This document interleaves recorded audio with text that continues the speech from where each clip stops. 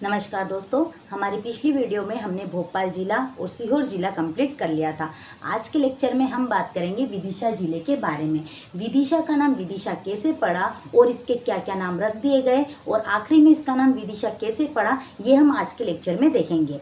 और विदिशा में कौन कौन सी चीज़ें जो हैं वो प्रमुख है, कौन सी चीज़ें महत्वपूर्ण हैं, वो सभी चीज़ें आज के लेक्चर में मैं आपको बताऊँगी। तो चलिए हम स्टार्ट करते हैं। जैसा कि आप सभी लोगों को पता होगा कि विदिशा का प्राचीन नाम भीलसा, भेलसा, महामालिस्तान या वेसनगर था। क्या नाम था विदिशा का प्राचीन नाम? भीलसा, भेलसा, महामालिस्तान या वेसनगर था। प्राचीन संस्कृत साहित्य में इसका नाम क्या रख दिया गया? विदिशा नाम रखा गया। संस्कृत साहित्य में विदिशा नाम भी रखा गया और वेदिश या वेदिशा नाम इसका मिलता है। क्या क्या नाम मिलते हैं? विदिशा, वेदिश और वेदिशा नाम इसके मिलते हैं। पाली ग्रंथों में इसे वेसनगर, वेससनगर, वेस्यनगर या विश्वनगर कहा गया है। क्या कहा गया है पाली ग्रंथों में? वेसनगर, वेससनगर, वेस्यनगर या विश्वनगर कहा गया है। कुछ विद्वानों का मानना है कि विभिन्न दशाओं के मार्ग यहाँ से जाने के कारण इसका नाम विदिशा पड़ा। यहाँ से बहुत सारे मार्ग जाते थे, इसी कारण इसका नाम क्या पड़ा? विदिशा नाम रख दिया गया। पुराणों में इसका नाम भद्रावती या भद्रावतीपुरम मिलता है। क्या नाम मिलता है पुराणों में? इसका नाम भद्रावती या भद्रावतीपुरम मिलता है। जैन ग्रंथों में इसका नाम भंडलपुर या भडीलपुर मिलता है। जैन ग्रंथों में क्या नाम रखा गया इसका? भंडलपुर या भडीलपुर कहा गया है। मध्य युग में इसका नाम सूर्य, भेला स्वामीन, भेलिल स्वामीन, भेलासानी या भेलसा नाम दिया गया है। मध्य युग में इसको किस नाम से जानते थे? सूर्य, भेला स्वामीन, भेलिल स्वामीन, भेलासानी या भेलसा के नाम से जानते थे। लेकिन गलत फहमी के कारण, यानी कि जैसे जैसे समय बीतता गया तो समय के साथ जो बात अपन ने आज बोली है वह आज से 100वें दिन जो 100 लोगों के बीच में जो अंतराल रहता है, एक से लेकर 100वें व्यक्ति के बीच में, उस बात को जो 100वां व्यक्ति है वो कुछ अलग ही रूप में बोलता है। जो बात पहले व्यक्ति के द्वारा कही गई है वो 100वें व्यक्ति के द्वारा कुछ अलग ही शब्दों को तोड़ मरोड़ के बोली जाती है। उसी प्रकार से यहाँ पर भी हुआ कि जैसे जैसे समय बीतता गया तो गलत फहमी के कारण 11वीं शताब्दी में अल-बरूनी ने इसे महावालिस्तान नाम दिया। क्या नाम दिया? महावालिस्तान या महावालिस्तान नाम दिया। 17वीं शताब्दी में, 17वीं सदी में इसे औरंगजेब के शासनकाल में आलमगीरपुर कहा गया। क्या कहा गया? औरंगजेब के शासनकाल में आलमगीरपुर नाम दिया गया। 1947 में इसे सरकारी रिकॉर्ड में इसे परगणे आलमगीरपुर नाम दिया गया। कहाँ पर? सरकारी रिकॉर्ड में। जब 1947 का जो अपना सरकारी रिकॉर्ड था उसमें इसे परगणे या आलमगीरपुर नाम दिया गया। परंतु ब्रिटिश काल के लोगों में इसे भेल स्वामी या भेला स्वामी के नाम से जाना जाता था। ब्रिटिश काल के लोग विदिशा को किस नाम से जानते थे? भेल स्वामी या भेलसा के नाम से जानते थे। 1952 में तत्कालीन राष्ट्रपति डॉक्टर राजेंद्र प्रसाद द्वारा इसका नाम विदिशा घोषित किया गया। किसने किया? डॉक्टर राजेंद्र प्रसाद, जो कि हमारे देश के प्रथम राष्ट्रपति थे। उन्हीं ने इसका नाम क्या रख दिया गया? क्या रखा? विदिशा घोषित किया। कब? 1952 में। 1952 के पहले इसके नाम अलग अलग थे जो आपने देखे, और 1952 में तत्कालीन राष्ट्रपति डॉक्टर राजेंद्र प्रसाद द्वारा इसका नाम क्या रखा गया? विदिशा घोषित किया गया। जो कि इसका कौन से साहित्य में था इसका विदिशा नाम? संस्कृत साहित्य में नाम था इसका विदिशा, वेदिश ये सब नाम थे इसके। उसी के नाम के आधार पर इसका नाम अंत में आकर आखिरी में क्या नाम रखा गया? विदिशा रखा गया। अब हम आगे देखते हैं। भागवत धर्म से संबंधित हेलियोडोरस का गरुड़ स्तंभ वेसनगर में स्थित है। भागवत धर्म से संबंधित हेलियोडोरस का गरुड़ स्तंभ वेसनगर में ही स्थित है। विदिशा के वेसनगर में क्या स्थित है? हेलियोडोरस का गरुड़ स्तंभ स्थित है। उदयपुर का नीलकंठेश्वर मंदिर, उदयपुर का नीलकंठेश्वर मंदिर परमार वंश कालीन है, जो कहाँ पर स्थित है? विदिशा के बासोदा में स्थित है। आगे देखते हैं, उदयगिरी की गुफाएं गुप्त कालीन है, यहाँ वीरसेन साव का अभिलेख भी स्थित है।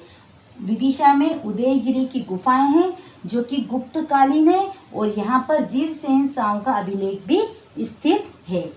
राजस्थान से प्राप्त सिरोंज तहसील विदिशा में सम्मिलित की गई है। पहले राजस्थान की एक तहसील हुआ करती थी सिरोंज। सिरोंज किसकी तहसील थी? राजस्थान जो अपना राज्य है उसकी तहसील थी, राजस्थान की थी और राजस्थान के कोटा क्षेत्र में आती थी सिरोंज तहसील। तो सिरोंज को 1956 में जब मध्य प्रदेश का पुनर्गठन हो रहा था उस समय 1956 में इस सिरोंज तहसील को विदिशा में सम्मिलित कर लिया। आगे देखते हैं, सम्राट अशोक सागर परियोजना हलाली डैम एक बहुउद्देशीय परियोजना है जो विदिशा जिले में ही है। चना उत्पादक जिला है। मध्य प्रदेश में सर्वाधिक चने का उत्पादन कौन से जिले में होता है? तो कौन से जिले में होता है? विदिशा जिले में होता है। सम्राट अशोक की पत्नी महादेवी यहीं के व्यापारी की पुत्री थी। जो सम्राट अशोक था जिसने कलिंग युद्ध जीता था, जिसने कलिंग युद्ध पर विजय प्राप्त की थी, उनकी जो देवी थी, उनकी जो धर्मपत्नी थी महादेवी, वह यहीं के व्यापारी की पुत्री थी। ग्यारसपुर का माला देवी मंदिर, ग्यारसपुर विदिशा क्षेत्र में ही स्थित है। ग्यारसपुर का माला देवी मंदिर उदयगिरी की 12 अवतार प्रतिमा यहाँ की विख्यात प्रसिद्ध प्रतिमाएं हैं।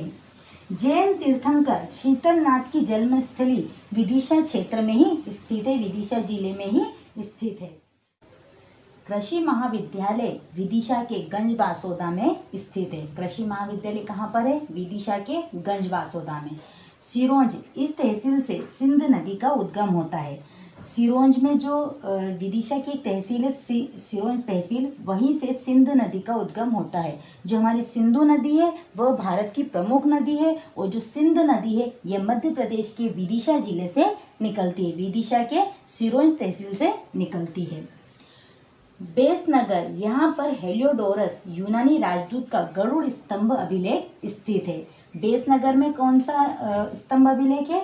हेलियोडोरस यूनानी राजदूत का गरुड़ स्तंभ अभिलेख स्थित है, जिसके अनुसार राजा भागभद्र के समक्ष हेलियोडोरस ने भागवत धर्म स्वीकार किया था। कौन से राजा के समक्ष? राजा भागभद्र के समक्ष हेलियोडोरस यूनानी जो राजदूत था उसने भागवत धर्म स्वीकार किया था। उदयगिरी, यहाँ पर उदयगिरी की गुफाएं अवस्थित है। इन गुफाओं के द्वार पर भगवान वराह अवतार की प्रतिमा स्थित है। वराह अवतार यानी कि भगवान विष्णु के अवतार की प्रतिमाएं स्थित है। कहाँ पर? उदयगिरी की गुफाओं के द्वार पर। विदिशा पूर्व में मालवा क्षेत्र की राजधानी हुआ करता था।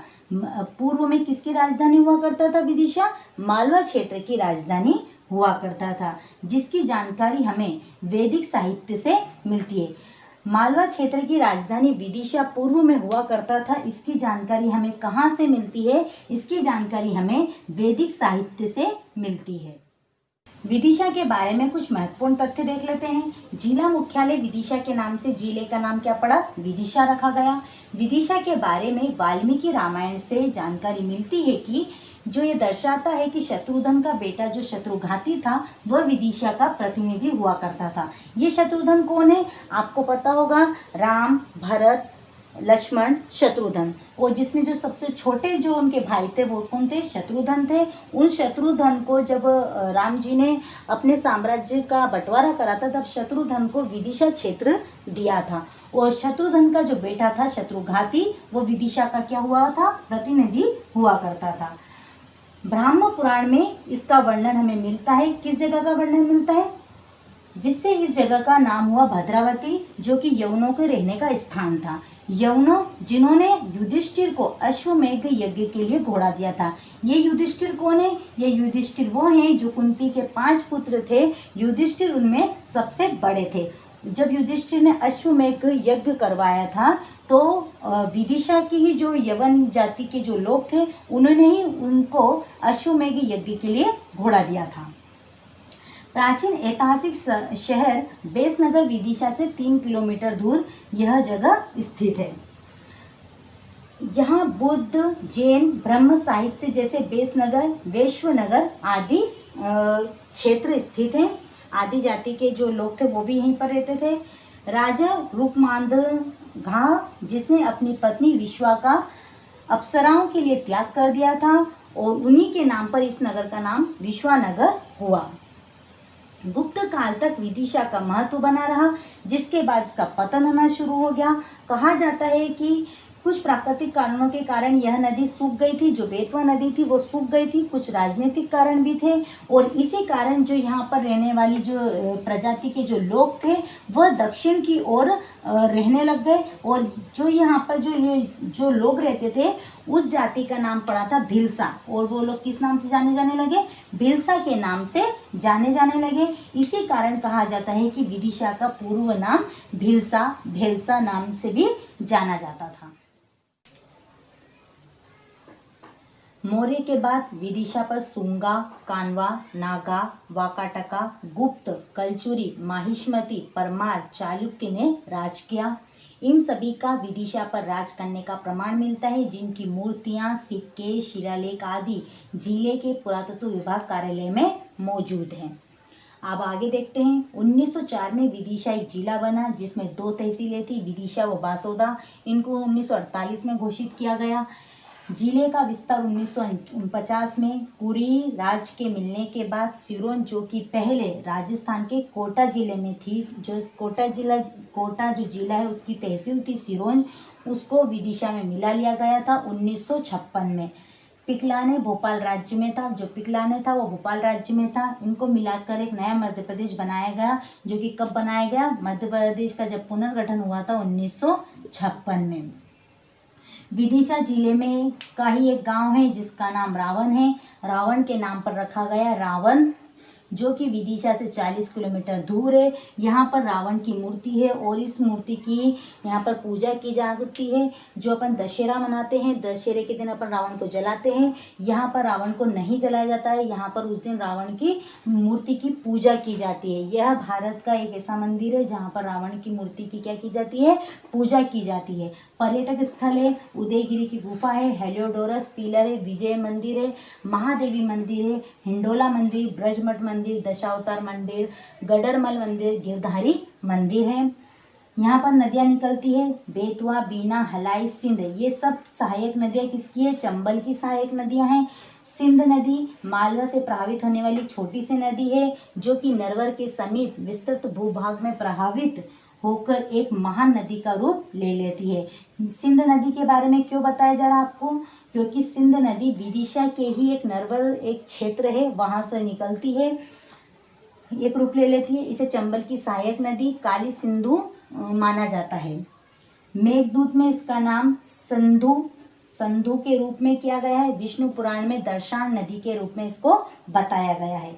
सरकार ने विश्वमर्मन के गंधार अभिलेख में गगगरा नदी को आधुनिक काली सिंधु का प्राचीन नाम कहा है। पी.के. भट्टाचार्य का मानना है कि काली सिंधु के अतिरिक्त मालवा में दूसरी सिंध नदी नहीं है, जो कि विदिशा के सिरोंज तहसील के नेनवास नामक गांव के समीप एक कुंड से निकलकर उत्तर पूर्व की ओर बहती हुई यमुना नदी में मिल जाती है। आ गई आपको बात समझ में? कहाँ से निकलती है? सिरोंज तहसील के नेनवास नामक गांव के कुंड से निकलकर उत्तर पूर्व की ओर बहती हुई यमुना नदी में मिल जाती है। तो आज के लेक्चर में आपने देखा विदिशा जिले की संपूर्ण जानकारी। आशा करती हूँ आज का लेक्चर आपको समझ में आया होगा। अब अगले लेक्चर में हम देखेंगे इस रायसेन जिले के बारे में, और रायसेन जिले से संबंधित कुछ रोचक तथ्य, महत्वपूर्ण जानकारियाँ आपके सामने लाई जाएगी। तब तक के लिए पढ़ते रहिए, अपना ख्याल रखिए। धन्यवाद।